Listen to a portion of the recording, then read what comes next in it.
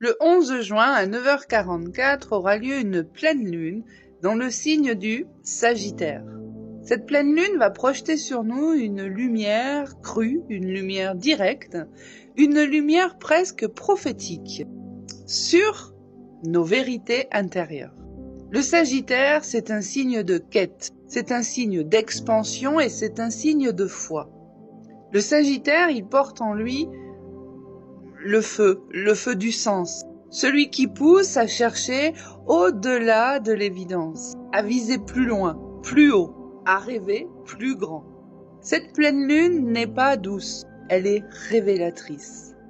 Elle vient mettre en lumière ce que nous croyons savoir, mais qui mérite aujourd'hui d'être questionné, transcendé et élargi.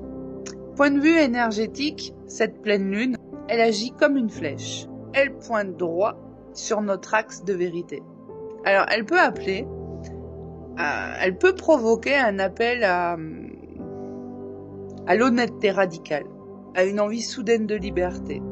Liberté, authenticité, sincérité, alignement avec sa mission d'âme, sa vision d'âme. Mais elle peut aussi venir remuer un petit peu des zones d'illusion, des dogmes ou des fausses sagesses auxquelles on s'accroche par confort. Point de vue émotionnel, cette pleine lune, elle peut faire remonter des frustrations, notamment des frustrations liées à notre expansion personnelle, à notre croissance. Cette pleine lune peut nous pousser à regarder ce qui nous enferme, en tout cas ce qui nous enferme encore dans des schémas limitants. Elle peut aussi nous pousser à regarder ce que nous croyons devoir attendre ou atteindre pour vivre pleinement et librement.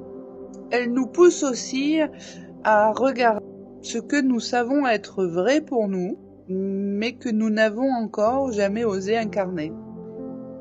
Karmiquement, le Sagittaire, lié aux expériences d'enseignement, aux expériences de foi, au voyage de l'âme, à la mission supérieure. Cette pleine lune peut donc venir réactiver une mémoire d'enseignement, de guide, de chercheur de vérité en nous.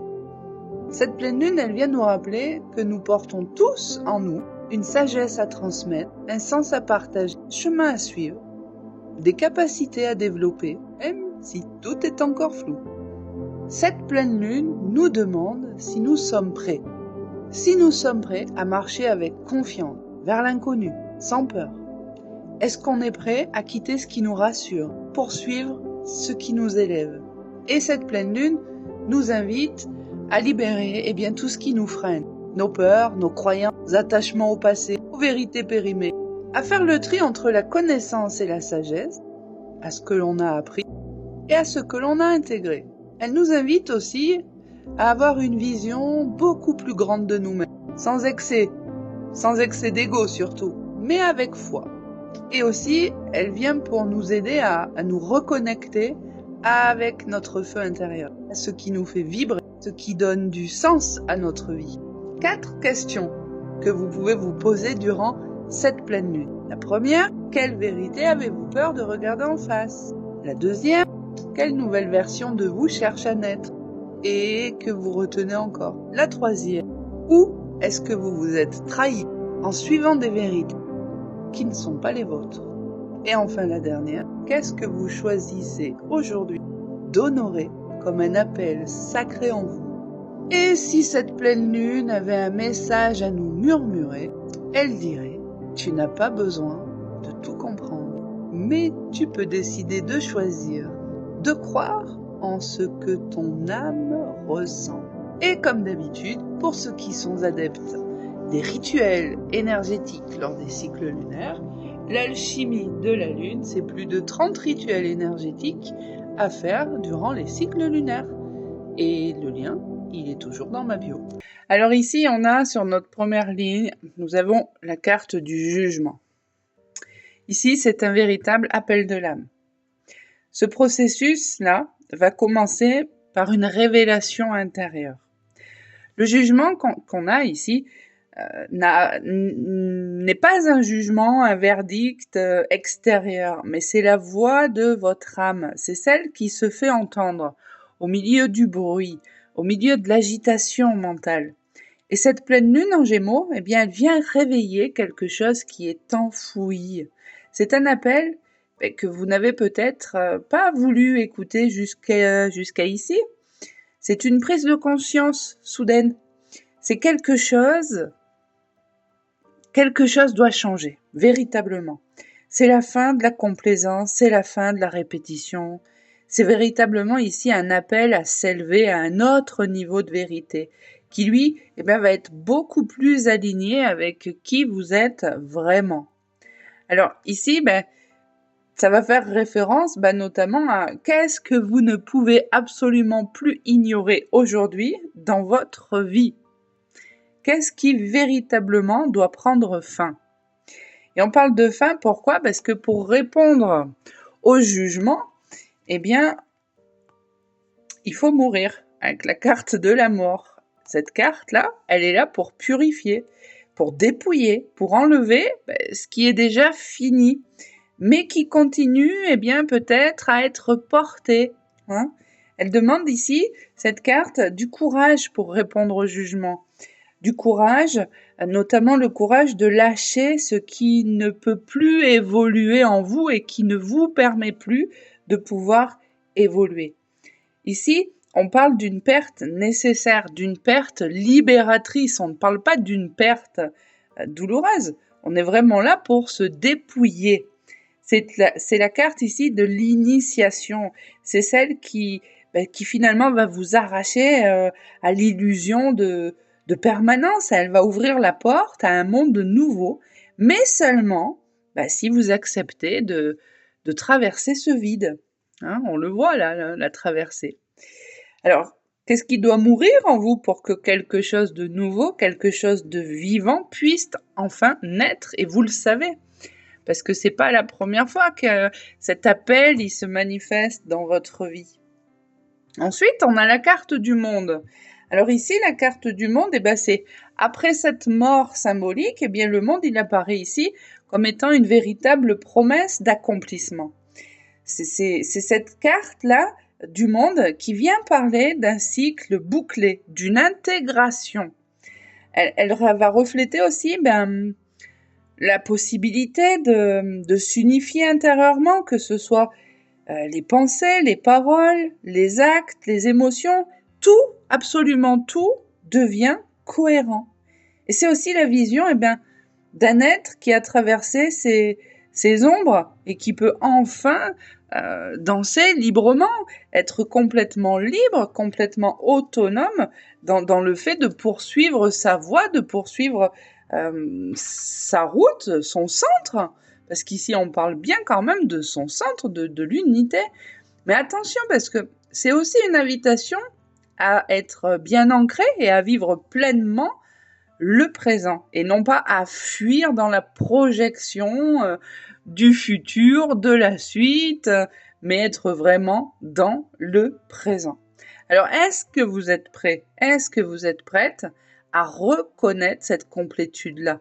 Et est-ce que vous vous autorisez enfin à célébrer tout le parcours, tout le travail qui est accompli déjà, et même celui qui est en mutation, en gestation? La Lune, ici on voit que la Lune elle est inversée. Ici, la confusion mentale, elle persiste. Elle est inversée, cette lune inversée, elle nous indique, elle nous parle d'un mental qui est troublé, elle nous parle aussi de peurs, et notamment des peurs anciennes, des illusions qui sont encore ici en train de rôder autour. Alors, cette pleine lune-là, en Gémeaux, là, cette carte, elle parle d'agitation mentale et surtout de scénarios construits, de dualité intérieure non résolue. Alors, vous êtes invité, on est invité à dissiper les voiles, à distinguer l'intuition véritable de l'auto-sabotage.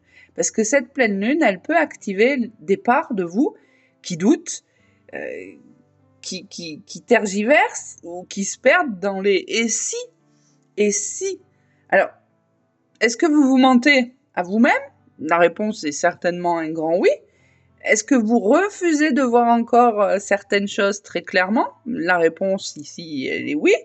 Est-ce que vous êtes prêt à sortir de ces projections? Eh bien, ça, c'est à vous d'y répondre et personne d'autre que vous peut le faire. Ensuite, on passe à la carte de l'empereur. Alors ici, l'empereur, c'est l'empereur face à cette instabilité mentale, cette agitation mentale. L'empereur, lui, il arrive paf, comme une structure d'ancrage. Il vous invite à poser des limites claires, sans culpabilité, à organiser un espace intérieur et aussi un espace extérieur. Parce que ne l'oublions pas, on est là dans la complétude. Alors, c'est pas une autorité imposée, c'est une maîtrise consciente. Qui dirige en vous? Le mental ou l'être souverain? C'est aussi l'occasion ici, eh bien, de pouvoir redéfinir, j'ai envie de dire, redéfinir ce que vous voulez construire. Poser des fondations solides pour pouvoir accueillir le changement. Mais pour pouvoir accueillir le changement, il faut savoir ce qu'on veut, il faut savoir de quoi nous devons nous délester, et surtout, il faut être prêt à l'accueillir, tout simplement à l'accueillir, ce changement. Alors ici, peut-être vous pouvez vous interroger sur les structures qui auraient besoin d'être réexaminées, d'être redéfinies, et puis une question, j'ai envie de dire, essentielle, si simple et pourtant si compliquée, qui voulez-vous qui soit maître à bord? Est-ce que c'est vous, votre vision ou votre peur? Voilà, on ne peut pas faire plus simple. Ensuite, nous avons la roue de la fortune. Alors, lorsque l'on se réaligne, comme on le voit là, lorsque l'on se réaligne, eh bien la roue, elle tourne. Il ne s'agit plus là de contrôler, mais d'accueillir. Accueillir le mouvement, reconnaître que le changement, lui, il est déjà en marche et que c'est certainement ces confusions, ces peurs, ces blocages-là qui font que cette roue, elle reste coincée là. Hein?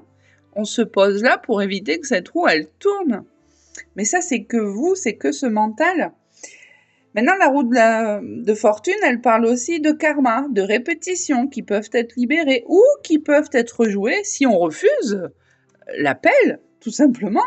Et en cette pleine lune, elle annonce une ouverture soudaine, un déblocage, une synchronicité qui va vous inviter à vous aligner avec le flux et non plus à vous aligner avec l'ancien.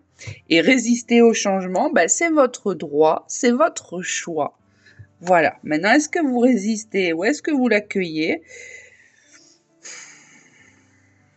Est-ce que vous êtes prêt finalement à accueillir ce qui vient, même si vous n'avez absolument aucun contrôle dessus? Parce que là, c'est de ça dont il est question. Tout, et de rien d'autre. Hein. Donc, je vais essayer de remonter un petit peu tout ça. Ensuite, nous avons le chariot. Olé. Hop là. Le chariot. Le chariot, maintenant que toutes les pièces bougent, le chariot, lui, il invite à avancer, tout simplement. Mais pas n'importe comment. Il ne s'agit pas de fuir ou de foncer tête baissée à l'aveugle, mais plutôt d'unir toutes ses forces contraires et diriger son énergie avec conscience. Eh ouais. Le chariot, c'est le véhicule de l'âme. Et il vous demande d'être maître de votre mouvement, d'être maître de votre véhicule, en lien toujours avec l'énergie mutable des Gémeaux. Il enseigne à faire de la dualité une véritable force de propulsion.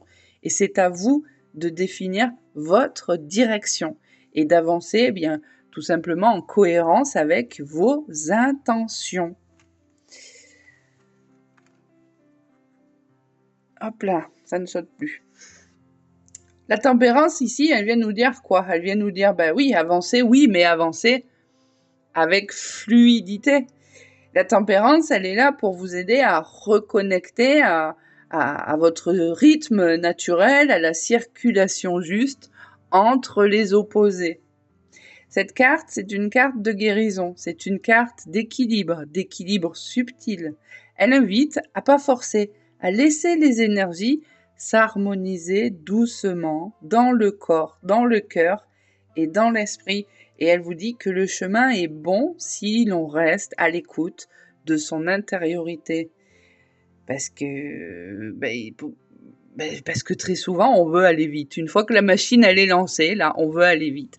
Or, non, les choses, elles se font à un rythme, et pas à n'importe quel rythme, elles se font à votre rythme. Et pour ça, il faut accepter aussi de ralentir pour pouvoir écouter, tout simplement.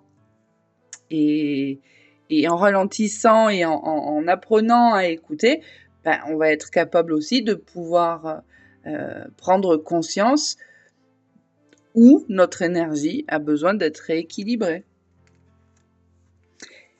Et on termine avec la carte de l'amoureux. Là, voilà. La carte de l'amoureux, c'est un chemin. C'est un chemin qui s'achève sur un choix sacré. Les amoureux, ce n'est pas qu'une carte de relation, hein, parce que très souvent, elle est mise uniquement là-dedans. C'est aussi et surtout le moment où on choisit qui on veut être, avec quoi on veut s'unir. C'est vraiment la décision de ne plus être divisé intérieurement. Et ici, on vous dit que oui, il faut faire un choix, il faut faire un choix clair. Le cœur ou la peur, l'unité ou la dispersion, ou encore l'amour ou le doute. Et sous cette pleine lune, ce choix, il peut être intime, il peut être relationnel, il peut être sentimental et il peut être existentiel. Alors, quel choix est véritablement aujourd'hui aligné avec votre âme? Quel choix pouvez-vous faire? Cette pleine lune là, c'est un rite de passage en quelque sorte mental, mais aussi spirituel. C'est vraiment sur les deux axes. Alors maintenant, ce qu'elle nous pousse, c'est à écouter cet appel profond du jugement. C'est de mourir à l'ancien. C'est d'accueillir l'intégration. C'est de dissiper toutes les peurs, toutes les illusions finalement. C'est ça qu'elle nous invite à faire. Elle nous invite aussi avec l'empereur à poser des limites, à poser des nouvelles fondations, une nouvelle structure, à laisser le flux agir avec la roue de la fortune, à avancer en conscience, à rétablir l'équilibre et à choisir l'amour sans peur, tout simplement. Alors là, maintenant, avant de poursuivre, j'aimerais qu'on regarde d'un peu plus près un axe super intéressant. Alors, pourquoi ? Parce que tout d'abord, c'est une combinaison qui est quand même assez rare et très puissante. Il s'agit de l'axe jugement, mort et monde. Ces trois cartes-là, jugement, mort et monde, ça forme un processus presque alchimique. C'est même pas presque d'ailleurs, c'est un processus alchimique, véritablement. Pourquoi ? Parce que le jugement, c'est l'éveil, c'est les révélations de l'âme, c'est l'appel intérieur. La mort, c'est le détachement, la transformation, la fin de l'ancien. Et le monde, c'est l'accomplissement, l'intégration et la libération. Donc, cette combinaison, elle est rare parce qu'elle montre ici que l'on vit un passage de conscience majeure. C'est une mue existentielle, véritablement. Maintenant, si on va un peu plus en profondeur, elle nous dit ici que l'on entre dans un cycle de libération karmique. Parce qu'il ne faut pas l'oublier, le Gémeaux, il agit sur le karmique, il peut même agir sur le transgénérationnel. Alors ici, on ferme une boucle importante. Ça peut être lié, comme je vous l'ai dit, à du karmique, du transgénérationnel ou à une ancienne identité de vous. On peut même repartir ici dans les vies antérieures. Alors ici, on accède à un nouveau plan d'être, si on accepte de traverser la perte et l'épuration. Voilà. C'est un axe ici qui est très important parce que cet appel-là, il est vraiment très très beau, très très fort. Pour ceux qui ont l'habitude de suivre mes vidéos sur ma chaîne ou au travers les réseaux sociaux, vous savez que ça fait quand même un certain temps que je vous parle de ce taux vibratoire de la Terre qui ne cesse d'augmenter. Et cet appel, ce réveil collectif qui est en train de se produire. Donc cet axe-là, il est quand même pas anodin et il va bien avec ce que l'on a ce que j'ai déjà dit et ce que d'autres ont déjà dit aussi. Ensuite, il y a un autre axe qui est intéressant, c'est la lune à l'envers et l'empereur. Pourquoi? Eh bien parce que là, c'est l'ombre face à la structure. La lune, c'est les illusions, l'inconscient, c'est les rêves, notamment les rêves flous ou pas très cool, hein. C'est la confusion, c'est tout ça. L'empereur, voilà, je vous l'ai déjà dit, c'est l'ancrage, la structure, l'autorité.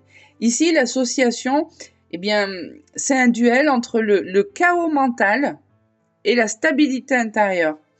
Ici, c'est vraiment un appel à confronter ses illusions pour poser une nouvelle autorité sur son monde intérieur. Parce que si on ressent de l'instabilité, de l'anxiété, des doutes, des peurs, de l'autosabotage ou vraiment du flou dans un flot de pensées énorme, ben c'est qu'on doit reprendre la maîtrise. Et ce message-là, il est quand même... on nous dit que nourrir son axe de souveraineté intérieure, ben c'est super important pour pouvoir stabiliser ce qui est trop diffus ou trop erratique. Et là, c'est encore une fois l'ombre face à la structure. Alors, vous le savez, pour ceux qui me connaissent et qui me suivent, je ne rentre pas dans des débats, voilà, parce que ça pose vite problème sur les réseaux. Il n'y a qu'à regarder le monde aujourd'hui extérieur, le monde dans lequel nous vivons au point de vue de l'humanité. Voilà, l'ombre face à la structure. C'est exactement ce qui est en train de se passer aussi au travers le monde. Cet appel, il est là à travers le monde. Il y a des peuples qui se soulèvent. Il y a enfin des revendications fortes qui sont en train de monter. Alors oui, bien évidemment, si vous faites partie de ceux et celles qui vous contentez de regarder et de suivre les informations sur les chaînes télévisées, bon, on ne vous montre pas tout. Il faut malheureusement aller gratter un petit peu plus loin pour avoir vraiment des vraies sources et des vraies informations. Maintenant, il y a un autre axe intéressant, c'est l'axe de l'empereur, de la roue de la fortune et du chariot. Et pourquoi cet axe-là, il est intéressant? Parce que l'empereur, il organise. La roue de la fortune, elle accepte l'imprévu et le chariot, il avance avec volonté. Donc ici, ce trio-là, il nous dit de prendre les rênes, de ne pas s'accrocher au contrôle et d'avancer avec foi dans ce qui se transforme. C'est une poussée vers le mouvement, mais un mouvement qui doit être fondé avec l'empereur, qui doit être aligné avec la roue et qui doit être dirigé avec une intention profonde avec le chariot. Il y a un autre axe aussi, c'est la tempérance et l'amoureux. Pourquoi? Parce que la tempérance, c'est la patience, la guérison et la circulation, on l'a vu, des énergies. Et l'amoureux, c'est le choix de l'âme, c'est l'union intérieure, c'est la décision fondée sur l'amour. Ici, c'est une fin qui est très très douce, mais qui est pourtant très très claire. Ici, elle nous dit qu'on est prêt à faire un choix, non pas à partir du mental, mais depuis un espace qui lui est guéri et équilibré. Cette pleine lune, elle ouvre un portail puissant vers l'union intérieure et vers les décisions importantes. Alors ici, ça peut être un engagement envers soi-même dans une voie d'alignement profond ou une rencontre d'âme ou une reconnexion d'âme. Alors peut-être sous une forme différente, en tout cas ici, cette pleine lune en Gémeaux, elle vient faire du nettoyage au niveau des liens karmiques, des liens d'âme karmiques, des contrats d'âme. Elle vient vraiment faire le ménage là-dessus, c'est-à-dire que tout ce qui doit dégager, dégage. Mais il y a aussi quand même cette volonté de vouloir reconnecter aussi des liens d'âme qui étaient très puissants, qui étaient très bénéfiques. Alors, ces recontacts, ça peut se faire de plusieurs façons. Par exemple, quelqu'un avec qui vous aviez été très proche, un copain, une copine, un ami, une amie, mais avec qui la vie a fait que vos chemins se sont séparés, il peut y avoir une reconnexion qui se fait. Pareil avec des relations où peut-être que c'était ambigu, que les choses n'ont jamais été vraiment très claires. Il peut y avoir une reconnexion pour une mise à plat et repartir sur quelque chose. Maintenant, la relation n'est pas amenée à redémarrer pour devenir quelque chose de plus, mais devenir quelque chose de mieux, de sain, d'équilibré, de nourrissant pour l'un et pour l'autre.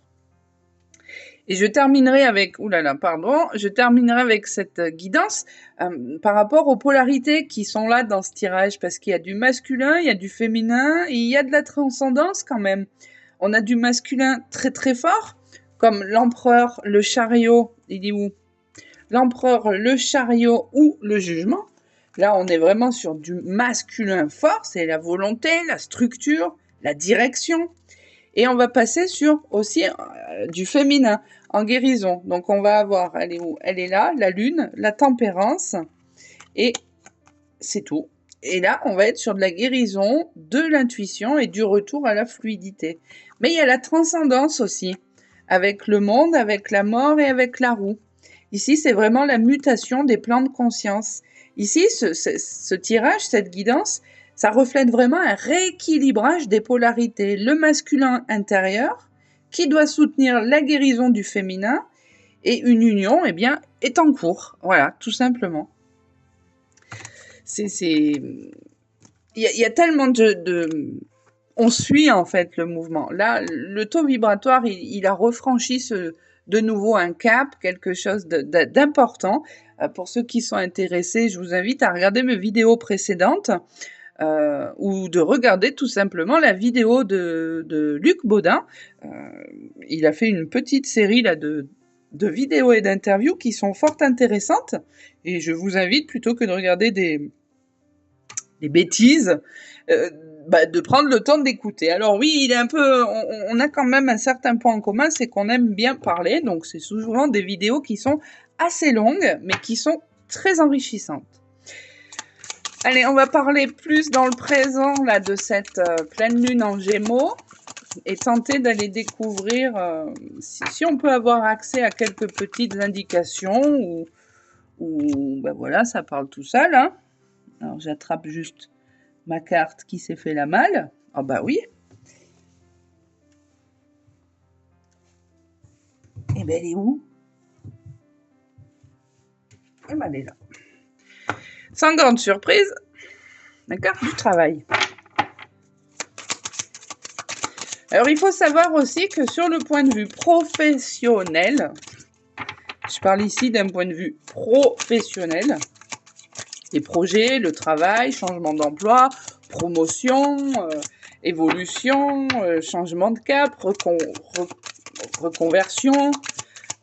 Les choses, on a beau être au mois de juin 2025 déjà, et bien depuis le mois de janvier, les choses ne se mettent qu'en route que maintenant. Alors pour ça, il y a plusieurs facteurs qui rentrent en compte. Ici, on peut avoir une grosse prise de conscience par rapport à un travail de libération transgénérationnel. Alors, bon, ça tombe bien, cette lune, elle le travaille. Ici, il y a des choses qui ne vous appartiennent pas et qui vous empêchent d'évoluer, vous empêchent d'avancer. Il y a vraiment des points ici intéressants à aller libérer parce que ça peut être véritablement un poids. Alors, ça peut être une croyance limitante dans le transgénérationnel, ça peut être une croyance limitante, ça peut être des liens qui sont là, ça peut être des mémoires. En tout cas, on peut être sur du cycle aussi, du schéma répétitif. On reproduit avec l'engrenage finalement ce qui a toujours eu été. Hein. Mais ici, on voit qu'il faut complètement se détacher. Je dirais même que les personnes qui seront concernées par ça, ce travail sur le transgénérationnel, il semblerait que là, il arrivera à un point où on peut être amené à complètement couper les ponts, couper les liens, ou voire même se désolidariser de certains éléments justement de sa famille. Ensuite, nous avons la tranquillité. Alors ici, visiblement, plus au niveau du féminin. Ok. Ici, les personnes qui ont été dans des relations compliquées, conflictuelles, voire même négatives, parce qu'on voit que tout ce travail, il a quand même eu un gros impact. Il y a une guérison qui est en train de se faire si on se concentre à travailler sur le féminin sacré. Alors bien sûr, ça peut aussi concerner les hommes. Mais dans le cas où ce tirage-là parlerait davantage à un homme, il s'agirait ici de de tout ce côté très intuitif qui vous appartient, qu'il faudrait voir à travailler, à guérir, à libérer, dû à une séparation. Parce que c'est pas le côté masculin qui a été impacté, c'est vraiment au niveau des énergies féminines.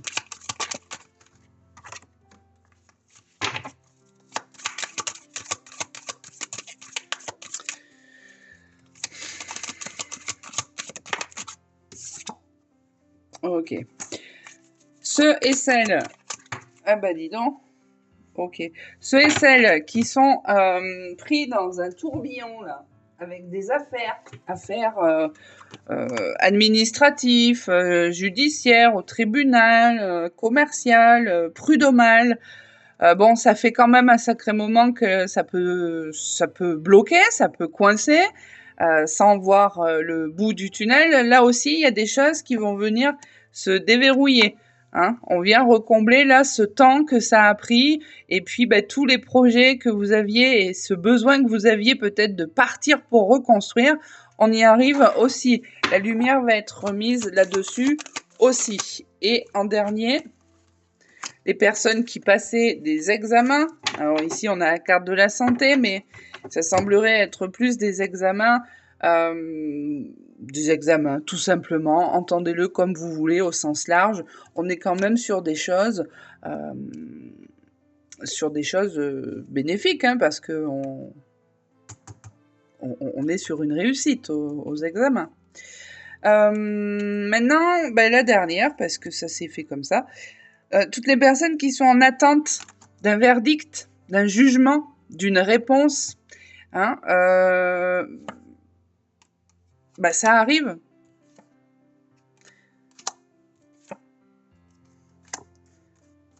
Ça arrive, il va falloir quand même encore attendre la rentrée pour que les choses vraiment se mettent en place. Mais il y a un jugement qui tombe juste avant les vacances judiciaires, là. Hein ? Voilà. Donc vous l'avez compris. Là, c'était vraiment, j'ai utilisé les miroirs parce que ça, c'est un jeu tellement simpliste, hein, pour ceux qui voudraient s'entraîner ou débuter. L'oracle des miroirs, vraiment simpliste. Hein, un enfant le lit. Bien qu'il y ait quand même quelque part quelques cartes où il faut vraiment explorer, qui sont très intéressantes. Là, j'ai utilisé lui dans cette pleine lune-là, pour vous démontrer à quel point cette pleine lune en Gémeaux, que beaucoup nous décrivent uniquement comme étant une énergie très douce, une énergie plus lumineuse, une énergie de liberté, oui, de façon générale. Mais toutes les pleines lunes et tous les signes ont un côté aussi où on vient gratter en profondeur. Donc oui, l'énergie du Gémeaux, elle est très très douce. Elle est plus douce en tout cas que tout ce qu'on a pu connaître déjà depuis le début de l'année. Mais en profondeur, le Gémeaux, il va vraiment travailler en profondeur. Le superficiel, il en a strictement rien à faire, le Gémeaux. Le Gémeaux, il va gratter au fond. Donc ça peut être du transgénérationnel, du karmique, du sentimental, du professionnel. C'est vraiment, il va aller gratter là où il y a besoin de rééquilibrer et de libérer les choses. Voilà. N'hésitez pas à mettre un petit pouce si vous avez apprécié cette vidéo, à mettre un commentaire si vous avez des questions ou des choses que vous n'avez pas compris. Et je vous dis à très bientôt. Et pour ceux, bien évidemment, adeptes des rituels durant les cycles lunaires, je le rappelle, mon livre « L'alchimie de la lune » est disponible sur Amazon. Au revoir.